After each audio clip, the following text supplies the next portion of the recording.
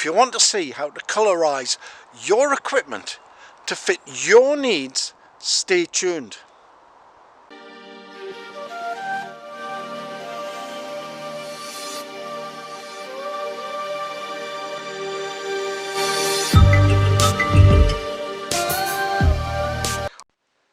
The old British style desert camouflage is cheap.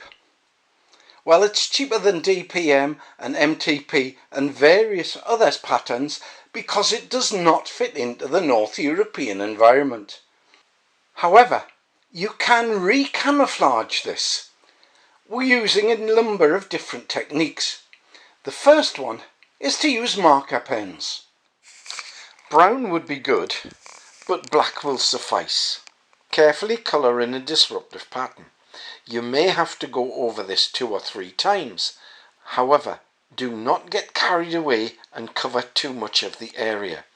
At the beginning, too little is better than too much. Once you've drawn on the disruptive pattern, leave it to settle. Although you can use any colours you like, it's usually good to stick to a known camouflage pattern. After all, people have spent millions developing it. One method of approximating your new pattern to an existing one is to overlay an overhead projection sheet and trace around the selected colour. Then later you can cut it out. This template does work. However, if you want it to last longer, another method is to trace out the design on a laminating skin, then put paper inside and laminate it. Finally, cut it.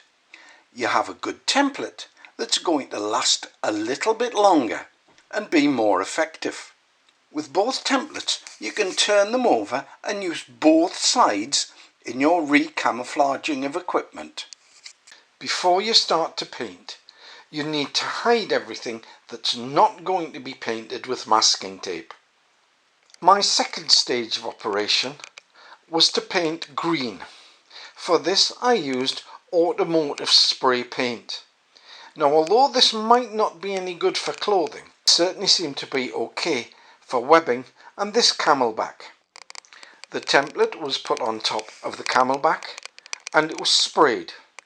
However, I did use too much spray and it ended up a little bit greener than I had anticipated.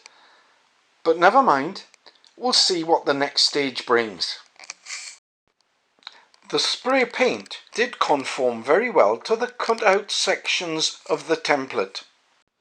Finally, it was time to spray on the lighter colour using the fabric spray paint. It proved very difficult to spray downwards. So the camelback was held up vertical, the template was held against the camelback and sprayed. However, the spray paint did spread and it did run. This didn't really matter as it added to the effectiveness of the camouflage when everything was done. The painted camelback was allowed to hang there and dry. Finally, the masking tape was removed, so the final result could be seen. It's up to you if you think it's effective or not.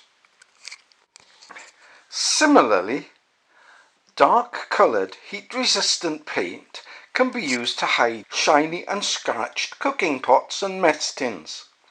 Camouflage tape can be used to cover things like flasks, but on the other hand, bright shiny tape can be used to make things more visible for those that don't want to go covert. Thank you for watching, commenting and hopefully subscribing. Get your gear together, get out there, get training. You know it makes sense, it will serve you well.